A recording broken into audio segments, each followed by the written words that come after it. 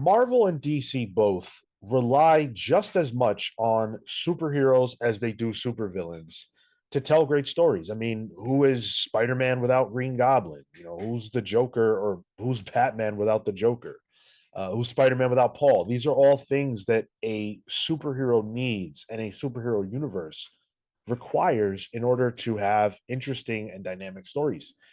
And I got to tell you, I would make the argument that I haven't been very interested in a lot of the supervillains stories that we've been seeing over the last decade ish. And I kind of feel like they've gotten stale and boring. And the ones that haven't become heroes. Can you blame all this on Magneto Testament? Yes. But that seems to be the progenitor of like, let's go into the backstory of a villain, really get into what makes him tick. You know what? Maybe make him what's the word I'm looking for? Sympathetic. Sympathetic. Yes, exactly. I like Magneto Testament. I think it's a great book. But it did seem to be like a lot of that going on. Let's get into what makes them tick. When sometimes, like fucking Cletus Cassidy, I don't need to know what makes him tick. He is a crazy serial killer. I do not need to be sympathetic or empathetic towards him. And that's kind of what makes him interesting. Yeah. I am with you. I mean, look, I don't want to say I don't know exactly when this trend got going. I sort of look at a book like Watchmen that wants to deconstruct superhero stories, and it makes you think a lot about what it is that Ozzy's trying to do and why. And it almost makes you see his side of things. And that book being so important and powerful, I think may have led to a lot of deconstructions that caused a flip on either end. Let's look at how Superman might not be, what it'd be like if he was bad, or let's take a look at what it would be like if Magneto, for example, were a good guy. I think that's something that it doesn't surprise me that we arrived at, but I do think it becomes a problem when, to me, the most interesting villain that the X-Men have is now good. Um, I honestly, other than the Maker, who's been AFK for 2 years, or it's about to be 2 years or a year, whatever the fuck. I can't think of a villain who I find compelling right now in comics, Marvel and DC. And I think what they end up doing is they end up either overusing and abusing or falling flat. I'm thinking of Sinister during the entirety of, or not the entirety, because she started out strong, but towards the end, Krakoa, where I just started seeing too much of him. They hang on to the villains rather than making them something to sort of build up towards, and then doing some interesting things with them. The overuse is, oh well, this is selling, so surely we should be able to, milk every last drop out of a Sinister. Um, and with uh, that case in particular, you end up diminishing the the worth there. What is the worth of Sinister as a villain anymore? Now, how do I reuse that character in the future? Well, I can't because I kind of stretched him out previously, and that can end up happening to whatever other set of characters you have. And I think this is one of the side effects of the IPification of these comic book characters. It's they could have been just villains before, but now they get cool and they decide, whoa, we need a short-term win here. That's why Null is going to come back immediately after he debuts. That's why Venom, people think Venom's cool. He's going to have his own book going forward. And then narratively, he turns into a hero because you want your antagonist of a book to be the antagonist. Or sorry, the protagonist of a book to be your hero. And I think just that just happens. I also think there's an issue with we've deconstructed the superhero genre for so long, like post Watchmen, that you can't really do much with the heroes anymore. And if you can, they won't let you do it because they need to maintain a status quo. So it only means that you can really only do it with the villains. That's why you have, what's going on with Doom right now in One World Under Doom. where he's not being deconstructed. It's not really a breakdown of who Doom is. I would say that was probably more Secret Wars, but that happened in Secret Wars. But there is a push to make him the hero of his own story, even though he might not be doing heroic things. Mm, He's not an antagonist to our heroes as much as he is a like roadblock for them. And ultimately how does that serve as his story, not the hero story? Sure. And I think I think that's a big problem. I think that, you know, whenever the villain is the star of the show, if you're not careful, it makes the heroes actually look bad. I think that the One World Under Doom is a solid example of how it almost feels like Ryan North has to force these characters into a role to look goofy so that Doom can look good. That's not supposed to be how it goes. What makes Doom valuable to us isn't the same thing that make the Avengers valuable to us. So you can't tell stories with them in the same way. Like, for example, if in order for Doctor Doom to look good in One World Under Doom, you have to convince the public that he's doing things that are good for them. How do the Avengers not have the ability to argue against that? Why is their reaction, oh, we're just going to go fuck them up? We're not, like, they don't try to do anything else. And they come off really bad. It took 6 issues for Reed to do that, and it's just a debate issue. Yeah. It just doesn't work. Look at the difference between that and Norman Osborn's rise to power during the Dark Reign. Norman Osborn is the main character of the Dark Reign era, but he is bad the whole time. And the story is watching the heroes come back from having been sort of beaten by him gaining all this power. And I know they want to have the books that have the villain's name on the title because it'll sell. But you can still do that. Osborn's a great example. There was the I believe it was the Pretty Deadly team worked on an Osborn miniseries right post Dark Reign. That was an Osborn book, and it was really damn good. But he wasn't a good guy. He was the central figure, but it was more of like the reaction, the fallout of what he does that caused the bad things to happen. And I think of 2 other books that did similarly the same things. Mystique during the most recent run with Declan. That was, you got to put Mystique on the header. She's a villain. Even though we've learned to empathize with her all throughout Krakoa, and she kind of maybe turned into a little more of a gray area figure. That was a Nick Fury Jr. led book where he was reacting to everything that Mystique was doing. She was still a villain in the background, doing villainous things. But it was still a Mystique book. And same as the Joker book that I think Tinian wrote, that neither Sean or I read. Your cousin read it though, right, Sean? Right. Yeah. That's a bit that people won't even know at this point. But it was a Joker book first and foremost. But it was a Gordon book. Gordon was the protagonist of that book. And Joker was the storm and the tornado that he had to deal with. And it can work the other way as well, because there was the great Joker book by Azzarello and Bermeo, sure. where it's Joker, it's called Joker. He's definitely not the primary character. It's definitely some random hood, but Joker is very much a presence, and it's about him. And Batman isn't in it until the very last few pages, and it's fantastic. There are so many ways to do that right, but I think it's very hard to get right. And for me personally, and this is going to sound not great, but this is how I truly feel.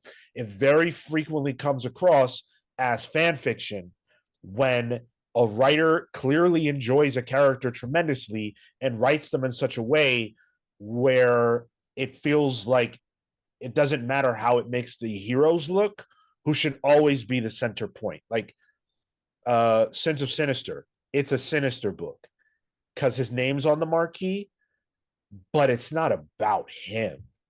It should, like, if it is, then it goes, which is what I feel about that book. It goes into that fan fiction space. I think like there it should Go ahead, Mark. like it should be a situation of it's the, you know, against the rise of Sinister or whatever, right? Like, yeah, yeah.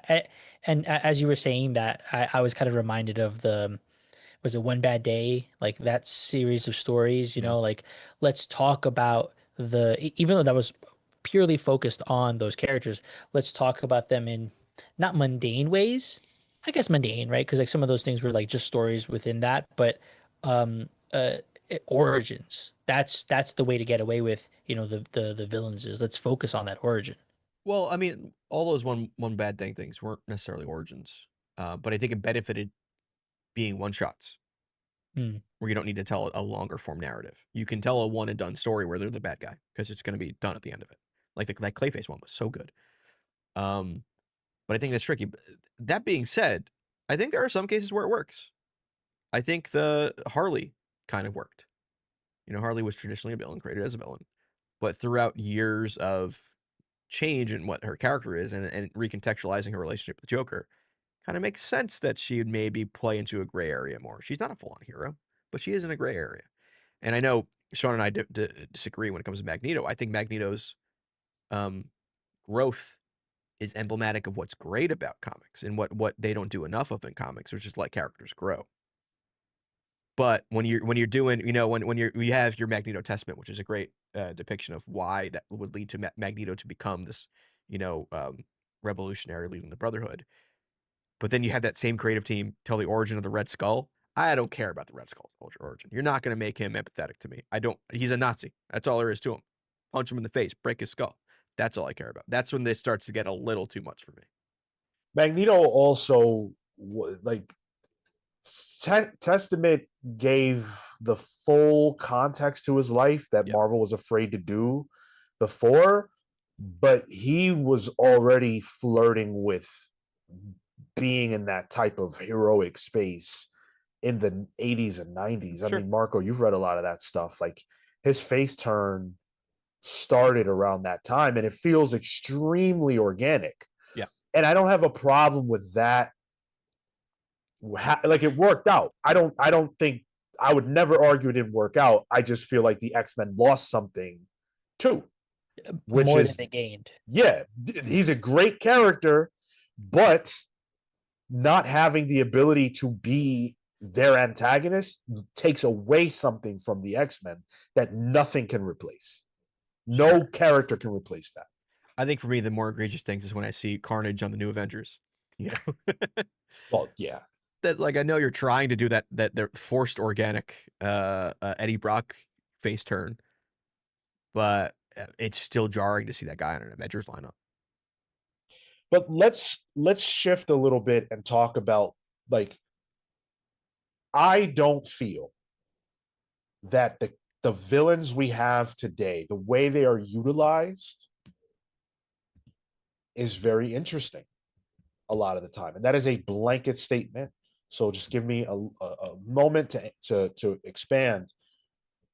Most of the books that I read, I feel like the villain is just an obstacle. I miss stories where, you know, there's some depth to the feud. There's some meat on the bone of the villain. It's not just monster of the arc, you know, so to speak. I don't feel like we're getting that as much. When the Maker first debuts in Ultimate Comics Ultimates, he's scary. It's like, oh shit, who is this? And that's powerful. That's how you introduce somebody. That's how you tell stories, and make you care about these villains. I I don't care about any villain right now that I can think of. I think even the villains that we maybe like, I'm thinking of like Failsafe. Once it gets bogged down in some of the history and rewriting of it, you know, with like Zurinar coming back and like those end up taking and twisting the things about them that we end up enjoying. And that failsafe as a concept, cool. But when you bring it to a bridge too far, that's when you start to tread in. All right, you're using something that maybe didn't need to, that could have been kept simpler for the sake of this being a bad guy in Batman's story. He was cool, he was rad, but you can you make the error of going too far in some situations. I think it's sometimes a tricky balancing act too. Like, sure, Osborn kind of had build up to him, but I would argue DC tried something similar with Amanda Waller, but then she overstayed her welcome. Right. You know, I think there was a effort to at least make her a compelling villain across the board, where she wasn't a one and done. She wasn't a Jed McKay team of villains to fight our heroes that we never see again, and is relegated to a entry in the Marvel Universe official handbook. You know what I mean? Like, I feel like that's where a lot of the villains are. They're just there for the arc. And there's no building towards these things. I think of like something like Crown Down to Infinite Crisis when it built up Max Lord and what he did with like turning him with Blue Beetle, and then what Wonder Woman does. Yeah, it's just, I feel like a lot of the conflicts are within or internal now, and for our heroes, that the villains just need to just have an external, punching bag for the heroes. Yeah, they feel impersonal. Yeah. The conflicts just generally feel too impersonal. I think back to this was in the last days of Krakoa. It was Sabretooth had found all these dimensional His clones of exiles, himself, and he kills Wolverine's kids, and he leaves the Dawkins body parts all over and spells out "Happy Birthday" with his son's body parts. That is a disgusting act, and it made me hate Sabretooth more. I've hated Sabretooth for 30 years. It made me hate him more, and it made me want to see Wolverine kick his ass because of a personal thing that Sabretooth did to him. That's what I want. And guess what? Marvel was still able to publish a Sabretooth book at that same time. They can still have their cake and eat it too. You can still have your Sabretooth title that people pick up, but he was a piece of shit in that book still. And I think it maybe helped that Krakoa kind of defanged a lot of their villains with Krakoa because of the MO of what Krakoa is. It was accepting to everyone, so everyone that was a villain had a chance to be good, except Sabretooth. He was the original sin there. So his return, I think, definitely helped him feel even more conniving. But there is a need to have some kind of like you joked about Paul at the beginning, but that build that payoff when Spider-Man gets a symbiote and he gets the sins of Osborn, where he lunges at Paul during Zeb Wells' run, is compelling comics. Whether or not you like the concept of Paul, there's drama there. There's something there. Even though Paul is not, he's just a dude, He's not even a villain. He's not a bad guy. But there's drama. But I think that's a good point to that's personal, Yeah. right? That is beef, right? And I feel like sometimes you have to have beef with a group. I'm thinking of right now, JSA and the Injustice Society, right? Those guys got beef right now. There's personal stuff that's going on. Well, I've infiltrated your team. I'm pretending to be your brother. I'm like, being sinister with everybody around you, to get at you, to enact revenge. That's good. That's a group of villains that I feel like are cool, but independently, I think can start to fall apart, right? Outside of the group dynamic wanting to enact this revenge, I don't know that each of them stand on their own. Right. And I agree with that. I just feel like I don't care about the individual villains in that group, but I care about the conflict in the book. Yeah. And that's the key. Exactly. Yeah. I would even say I know I said I can't remember the last time I cared about what a villain was doing, but I thought Tombstone was used well during the Zeb Wells run. Why? Because he's a character that has history with Spider-Man, who was able to utilize his particular situation to make Spider-Man's life hard and Peter's life hard at the same time. That is what has to happen. Batman's life should be hard every time he puts the costume on, but Bruce's life should suck too, or at least he should have a life. There should be something there. And the villains should cause his problems. Mm. But hey, maybe we're off. Are there villains that you think are being utilized really well right now, where you can see the way that these stories are actually making you more interested in the hero. I can think of Superboy Prime. We don't know how that's going to play out, but that reveal in a recent issue of Superman, that's the kind of thing that excites me that I want a lot more of. That piece of shit. He's good. I'm telling you. Once this comes out, we'll know. But those are just our opinions. Leave it in the comments below. We'll see you in the next one. Take care, guys.